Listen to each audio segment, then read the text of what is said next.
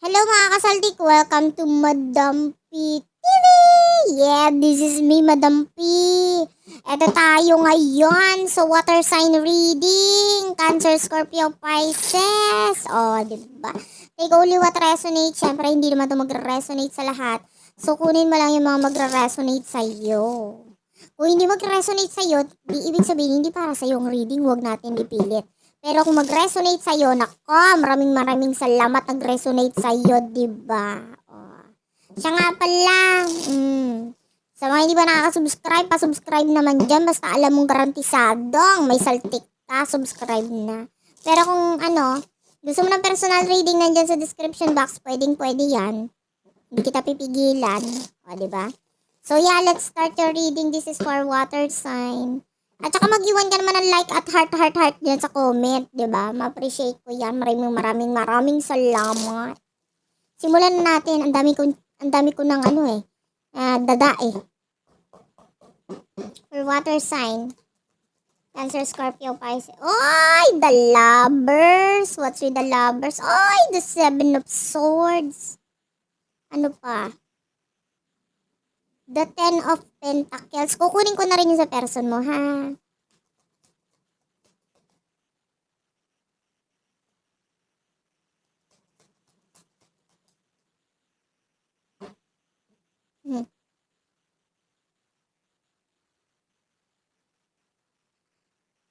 Kukunin na rin natin kung ano ang mutual energy ninyong dalawa. Anong meron sa connection na ito for our water sign.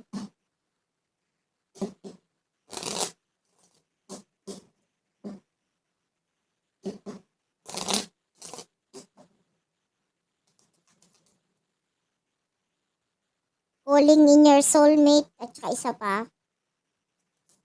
To clarify, this could be the one. Nakaka-stress naman yon. This could be the one to love me, love me, love me. Hindi ko alam ang lyrics. Anyway, pwedeng may relasyon sa inyo nitong dalawa nitong person na ito, pero may mga times na nahihiya ka sa kanya. Bakit? Naligo ka naman. Okay ka naman. Anong nakakahiya mo? Iba sa inyo, usaping pera yan with the Ten of Pentacles. Pwedeng wala ka kasing maipagmalaki sa person na ito. Alam mo, sa totoo lang, with the Six of Swords, sa totoo lang, nalulungkot din yung person mo para sa'yo, pero willing naman siyang tumulong at mahalin ka kahit ganyan ka. Bakit? Wallet mo bang mamahalin niya? Basta naligo ka lang, okay ka nang mahalin. Hello? Diba? Ang importante yung naligo. Yung iba dyan, paano yan kung tamad maligo? Kasalanan mo yon. Bakit ka tamad? Diba? Yun ang nga lang ang gagawin mo eh. Maliligo ka lang, kaya kang mahalin itong person na ito. Hindi, sa totoo lang, itong person na ito, siya ang positive thinker sa inyong dalawa. Pwedeng ikaw, may mga problema kapag dating sa pera. Pero, etong person na ito, pwedeng may mga mai-offer siya sa'yo eh. May kaya siyang i-offer, may kaya siya. Kumbaga, hingin mo lang ang tulong ko, nandito lang naman ako eh. Ay, sana all. Ang sarap nyo sakali, nakakakilig tong person mo, diba? Tapos with the Seven of Cups, busy naman tong, habang yung person mo, busy sa kakaisip, sa kung ano ang magiging future nyo dalawa. Ikaw, busy ka rin kakaiwas sa person mo. Pwedeng iniiwasan mo yung person mo. Kasi maaaring ayaw mong maging dahilan ng hiwalayan ninyong dalawa ayun dahil sa kakulangan mo, 'di ba? Yung iba kinakabahan, malapit na yung mansari namin, wala akong maibigay. Ano ka ba? Sabi ko sa'yo maligo ka lang, 'di ba? Pwede ng regalo yun. Anyway, we do have it calling in your soulmate and that this could be the one. This is, with a calling in your soulmate, basta, maayos na komunikasyon lang sa inyo dalawa. Nakikita natin dito. At saka with the this could be the one. Alam mo, wala ka na mahanap na ganito. Sa totoo lang. Pag pinakawalan mo pa to, hindi ka lang tanga. Parang ang sarap mo pa sipain kung ako sa'yo. Nai-stress ako sa'yo eh. Ang dami mong alam sa buhay eh. Napakasimple lang magmahal. Pagmamahal lang naman ang kailangan nitong taong to. Willing ka naman niyang mahalin pabalik na walang hinihinging kapalit. Ay, sana. Kinikilig ako sa person mo. Akin na lang. Nangingi pa ng love life. O anyway, willing siyang maling ka kung ano ka. Kung anong meron ka at kung ano ang wala ka. Diba?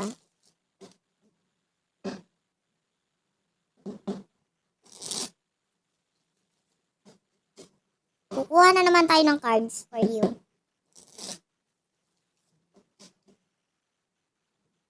Ano nasa isip mo regarding your person? The Three of Pentacles. Nine of Wands.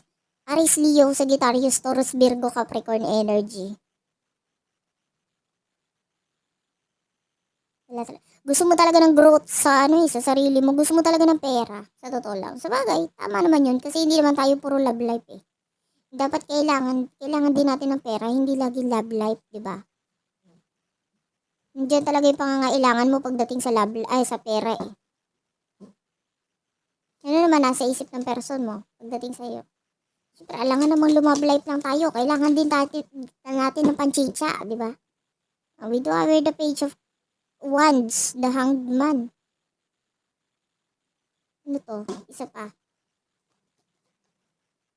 Ngayon, yung person mo ngayon, ay yung iba sa lagay na ito, yung iba sa inyo, ikaw pa ang tamad mag-chat. Siya na nga ang willing kang intindihin, ikaw pa ang tamad makipag-communicate. Ka-stress ka. Pagmamahal lang ang hiningi ng person na ito, hindi mo pa maibigay. Bali kung hinihingi niya pag nagkita kayo, magsusumayaw ka, hindi naman ganun kalala yung hinihingi sa'yo, di ba? With the Ace of Pentacles, ayan yung person mo pa ang naghihintay sa'yo sa lagay na ito. Anyway, naghihintay ng chat, naghihintay ng text, naghihintay ng kung ano man.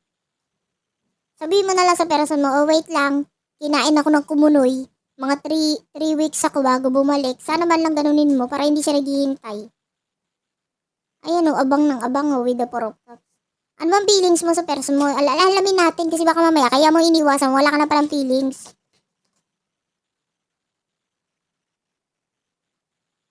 Ay, ang taray.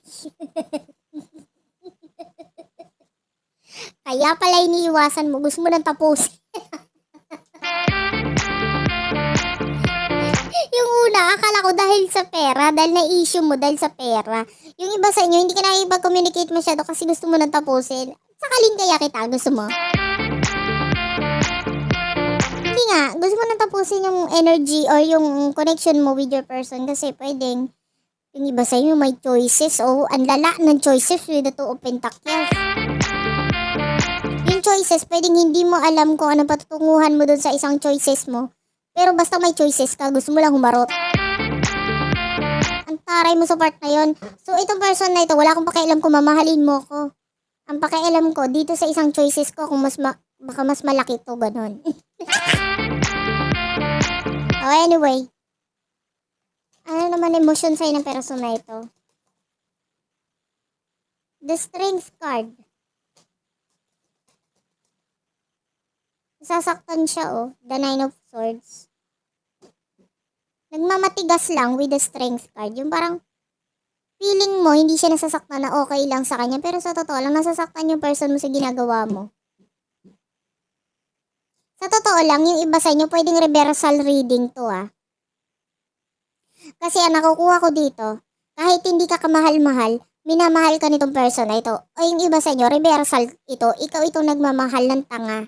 Ay ikaw ito nagpapakatanga sa pagmamahal. Tapos yung person mo naman, ayun, lumalandi. O diba? So alin ka man dyan. Kasi sa nakikita natin dito, pwedeng yung iba, reversal ang reading. So, ayun na nga, nagmamahal sa iyo yung person mo, nasasaktan siya kasi alam niya yung mga binagagawa mo. Alam niya, pwedeng may idea siya na kumukonek ka sa iba pero Wapa kills ka doon sa part na yon. Ayun o, with the Emperor. At sa lagay, ikaw pang balang makipag-break. Ikaw pang may gusto makipag-break. Aba, what will happen in the near future for the both of you? The Three of Wands. The Ten of Cups. The Eight of Wands.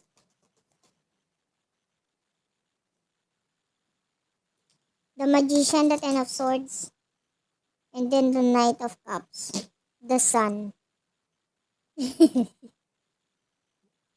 Ang tanga ng person mo sa totoo lang. Sabihin mo sa kanya, hiwalayan ka na, ganun. Siya dapat ang ina-advisean ko dito, hindi ikaw. Kasi nakikita natin dito, possible ang tuloy-tuloy na koneksyon at relasyon sa inyong dalawa ng person mo. Kasi nga tanga yung karelasyon mo. Nagmahal ng katulad mo. O with the Ten of Swords and the Magician, kahit alam niyang niloloko siya, kahit nang alam niyang gusto mo nang makipaghiwalay sa kanya, with the Knight of Cups, nakikita natin, siya pa yung magsosorry. Uy, sorry ah. Hindi kasi ako naging perfect para sa'yo, pero huwag mo naman akong iwan. Lokohin mo na ako, pero para sa akin ka lang. Alam mo, sa totoo lang, napapakamot ako ng ulo sa person mo. Bakit ganito tong taong to? Nakaka-stress. Pinairapan niyo ako ng gusto dito sa reading na ito. Kala ko ikaw ang kaawa-awa. Walang pera. Pero ang ending, yung person mo palang kawawa dito. Ano yan? Ano nang gagawin natin ngayon? Ikaw pala ang may kasalanan. Alangan naman paboran pa kita. Ikaw pala may mali. Pero dahil dyan, bibigyan pa rin kita ng advice. Kasi yung person mo, hindi naman siya pwedeng ang bigyan natin ng advice, di ba? Kahit siya ang gusto kong bigyan ng advice, hindi ko siya mabigyan ng advice ngayon. Ano ngayon ang advice sa'yo? May palaman-laman pa ako kaninang maligo ka. Kahit maligo ka, hindi na mababago yung kasalanan mo dito sa persona ito. Wala na tayong magagawa dyan. Anong advice ngayon dito sa siraulong to?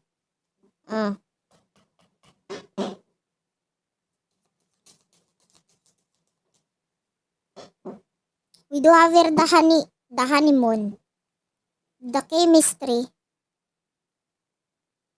the codependency. Ay, wait lang. Ayan. Yung iba sa inyo, pwedeng obsessed ka sa, pwedeng may kakonect kang bago ngayon, pwedeng tingin mo siya ang twin flame soulmate mo. And then nakikita mo, addict ka na sa kanya sa totoo lang. At pwedeng kaya ka umiiwas dito sa person na kakonect mo ngayon kasi may isa ka pang kakonect at feeling mo siya na ang the one.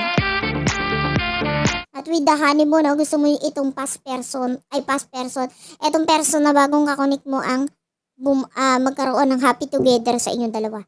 Paano magkakaroon ng happy together? Ikaw may problema. O anyway, ganun ang energy.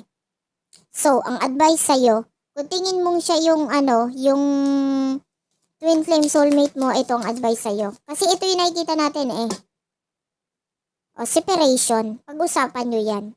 Bottom of the deck. With a heart-to-heart conversation. Pag-usapan nyo yan. At saka kung kailangan ng separation, kung kailangan iwan mo na. Especially with the soulmate. Ayan, kung feeling mo soulmate mo talaga to. Alam mo yun, guys. Hindi natin to sasabihin para, etong advice na to para lang to sa dealing with their twin flame and their soulmate. Kung feeling mong yung person na kakonect mo ngayon na bago, ang para talaga sa'yo, di kausapin mo tong past, wag mo naman siyang ihayaan na nasasaktan na lang. Kausapin mo. Pag-usapan niya na maayos itong separation na ito kasi dapat lang Maaaring napunta ka muna sa baling tao, pero kung gusto mo mapunta sa tama, itama mo rin yung utak mo. Diba?